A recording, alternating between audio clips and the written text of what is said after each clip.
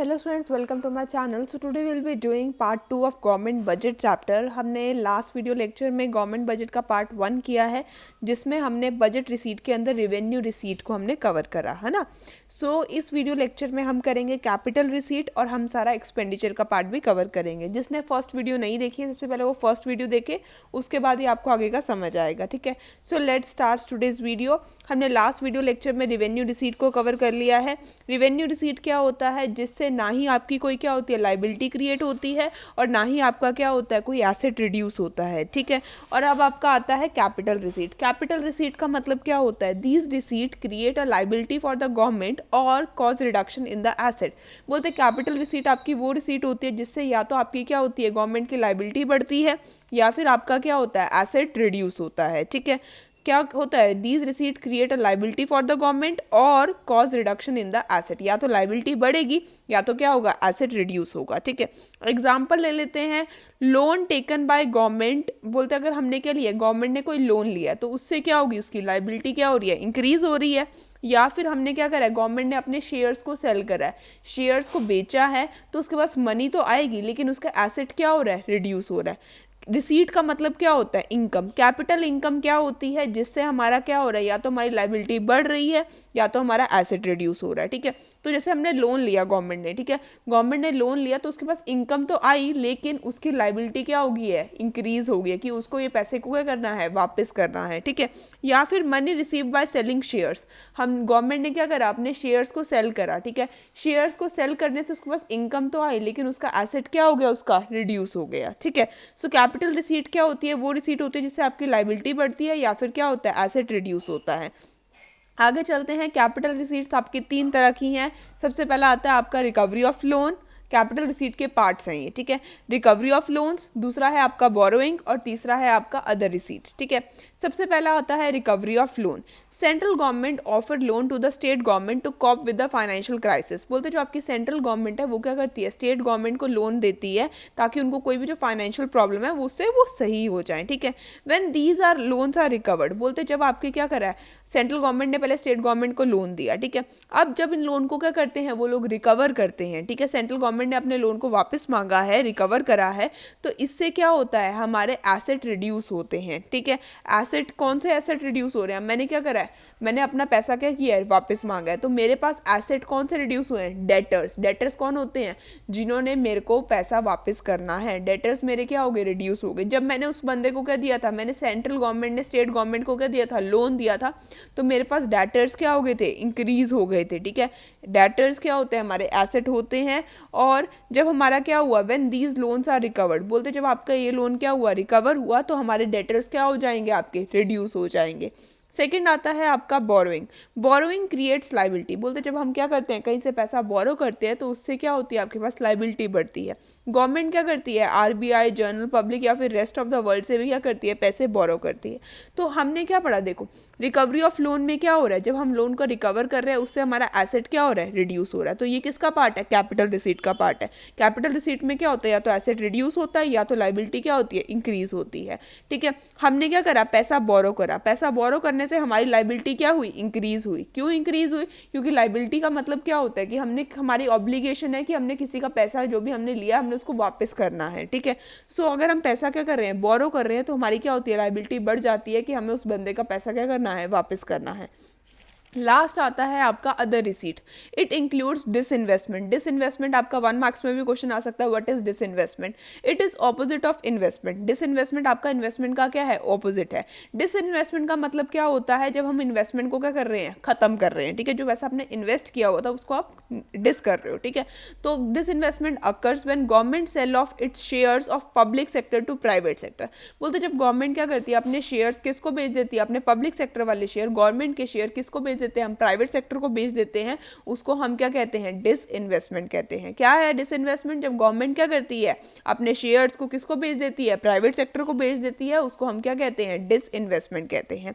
It leads to decrease in asset. बोलते जब government ने क्या करे, अपने शेयर्स को सेल करा, ठीक है, तो उसके पास इनकम तो आएगी। ठीक है, ये कैपिटल रिसीट का पार्ट तो है, उसके पास इनकम तो आएगी लेकिन साथ साथ उसका एसेट क्या होगा, रिड्यूस होगा। शेयर्स क्या थे, उसके एसेट थे।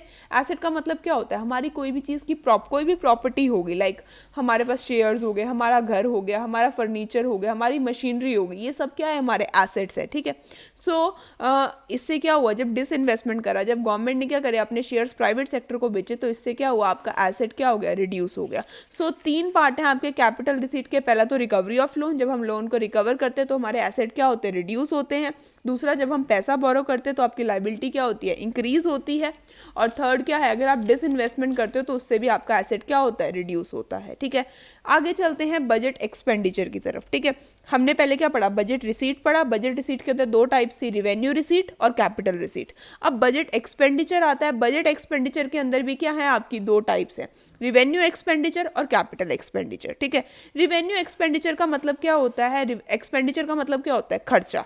रिवेन्यू एक्सपेंडिचर आपका वो खर्चा होता है which does not create any asset और does not cause any reduction in a liability. बोलते हैं रिवेन्यू एक्सपेंडिचर ये एक ऐसा खर्चा है जिससे ना ही हमारा कोई एसेट बनेगा, मतलब कोई भी प्रॉपर्टी नहीं बन रही, कुछ भी आपके पास चीज़ नहीं आएगी, ठीक है, ना ही कोई आपका एसेट बनेगा और ना ही आपकी कोई लायबिलिटी रिड्यूस होगी। इसको हम क्या कहते हैं, रिवेन्यू एक्सपेंडिचर कहते हैं। क्या होता है रिवेन्यू एक्सपेंडिचर, ऐसा खर्चा जिससे ना ही कोई एसेट बनेगा और ना ही कोई आपकी लायबिलिटी रिड्यूस होगी। अब इसका एग्जांपल क्या हो गया, अब गवर्नमेंट क्या देती है, ओल्ड एज पेंशन देती है, ठीक है, या फिर गवर्नमेंट सैलरीज देती है, या फिर गवर्नमेंट सब्सिडी देती है, या फिर गवर्नमेंट अपने एम्प्लॉयज़ को सैलरी देती है, ठीक है। तो इन सब चीज़ों से अब जब गवर्नमेंट ये खर्चा कर रही है, इससे गवर्नमेंट को कोई एसेट बन रहा है, नहीं बन रहा। गवर्नमेंट की कोई लायबिलिटी कम हो रही है, नहीं हो रही। तो इसको हम क्या कहते हैं, रिवेन्यू एक्सपेंडिचर कहते हैं। रिवेन्यू एक्सपेंडिचर क्या है, एक ऐसा खर्चा है जिससे ना ही कोई एसेट बनता है, ना ही कोई लायबिलिटी रिड्यूस होती है। ओल्ड एज पेंशन देने से उसका कोई गवर्नमेंट का आपका कोई भी एसेट नहीं बन रहा, ना ही उसकी कोई लायबिलिटी कम हो रही है। स्कॉलरशिप देने से ना ही कोई उसका कोई एसेट बन रहा गवर्नमेंट का, ना ही कोई लायबिलिटी रिड्यूस हो रही है, ठीक है। आगे चलते हैं कैपिटल एक्सपेंडिचर की तरफ। कैपिटल एक्सपेंडिचर क्या होता है, it creates asset for the government और causes reduction in liability. Capital expenditure क्या है, वो खर्चा है जिससे या तो गवर्नमेंट का एसेट बनता है या तो गवर्नमेंट की लायबिलिटी क्या होती है, रिड्यूस होती है। फॉर एग्जाम्पल गवर्नमेंट ने लैंड के ऊपर खर्चा करा है तो उससे क्या बना, उसका एसेट बन गया, ठीक है। या गवर्नमेंट ने मशीनरी के ऊपर खर्चा करा है तो उससे भी क्या बन गया, उसका एसेट बन गया। तो कैपिटल एक्सपेंडिचर क्या है, आपका एक ऐसा खर्चा है जिससे हमारा या तो एसेट बनता है या तो हमारी कोई लायबिलिटी क्या होती है, कम होती है, ठीक है। या फिर हमने किसी को क्या करा है, किसी का लोन की पेमेंट कर दी है, ठीक है, तो इससे हमारी लायबिलिटी क्या हो जाएगी, कम हो जाएगी। सो कैपिटल एक्सपेंडिचर क्या है, वो आपका खर्चा है जिससे या तो एसेट बन रहा है या तो आपकी लायबिलिटी क्या हो रही है, रिड्यूस हो रही है। और रिवेन्यू वाला क्या है, जिससे ना ही कोई एसेट बन रहा है ना ही कोई लायबिलिटी क्या हो रही है, रिड्यूस हो रही है। आई होप आपको क्लियर हुआ होगा, ठीक है।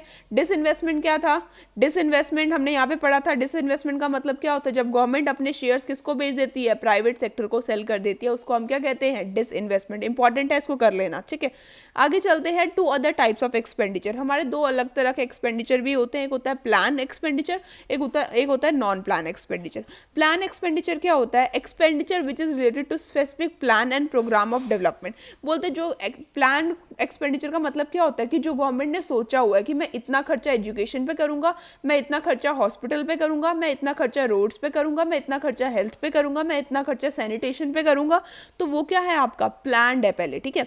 सो जो भी खर्चा हम क्या कर रहे हैं, स्पेसिफिक प्लान्स या फिर प्रोग्राम्स पे कर रहे हैं जिससे हमारी कंट्री की क्या हो रही है, डेवलपमेंट हो रही है, उसको हम क्या कहते हैं, प्लान एक्सपेंडिचर कहते हैं। क्या है, ऐसा एक्सपेंडिचर जो क्या है, आपका स्पेसिफिक प्रोग्राम या फिर प्लान से रिलेटेड है, ठीक है।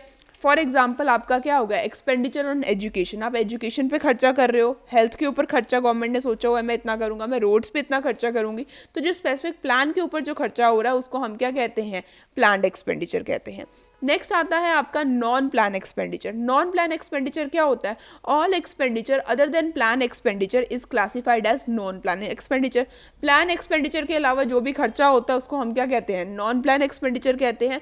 इसका मतलब क्या है, नॉन प्लान का मतलब जो प्लान आपने सोचा नहीं हुआ था कि मैं खर्चा करूंगा लेकिन हो गया वो खर्चा, ठीक है। It includes expenditure on routine functioning of the government, ठीक है। जो आपका क्या करती है, कोई गवर्नमेंट रूटीन फंक्शनिंग में जो उसका खर्चा हो जाता है उसको हम क्या कहते हैं, नॉन प्लान एक्सपेंडिचर। एक आपको एग्जांपल लेके समझाती हूँ। फॉर एग्जांपल आपके घर में क्या बनता है, आप लोग बजट बनाते हो कि हाँ मैंने घर में इतना इतना इतना खर्चा करना है, ठीक है। मंथली मेरा कितना खर्चा होगा, आपकी अगर 50,000 सैलरी, आपने सोचा हुआ कि मेरा 20,000 क्या है, मेरा एक्सपेंडिचर है, ठीक है। सो हमारा क्या है, हमारा 20,000 हमने क्या सोचा हुआ है कि हमारा क्या होगा, इतना खर्चा होगा, ठीक है। लेकिन आपका क्या होगा, एकदम से आपका उस उस मंथ में आपने सोच लिया कि आपका क्या है, कोई ट्रिप जाना है, ठीक है। आप ट्रिप पे जा रहे हो तो वहाँ पे खर्चा तो होगा ही होगा, ठीक है। लेकिन जो आपका ये ट्रिप का खर्चा था ये आपने प्लान नहीं किया हुआ था, ठीक है। जो आपने नॉर्मल सारा पूरा बजट में से 15 से 20 हज़ार का आपने सोचा हुआ था कि हाँ मेरा घर का ये ग्रॉसरी आ जाएगी, मेरी ये आ जाएगा, वो आ जाएगा, ठीक है। वो सब क्या हो गया, आपका प्लान हो गया। और अगर आपने सोचा है कि अब मेरा क्या जा रहा है, ट्रिप जा रहा है, तो ट्रिप पे आपका क्या होगा, खर्चा होगा। तो ये क्या है, आपका नॉन प्लान एक्सपेंडिचर है, जो आपने सोचा नहीं हुआ था कि हमारा ये खर्चा होगा, ठीक है। तो प्लान एक्सपेंडिचर क्या होता है, जो स्पेसिफिक प्लान से रिलेटेड होता है, और नॉन प्लान क्या होता है, जो रूटीन फंक्शनिंग में आपका खर्चा हो जाता है, जो आपने प्लान नहीं किया होता है। आई होप आपको क्लियर हुआ होगा। अगर आपके कोई डाउट्स है तो आप कमेंट सेक्शन में पूछ सकते हो। Thank you, keep supporting.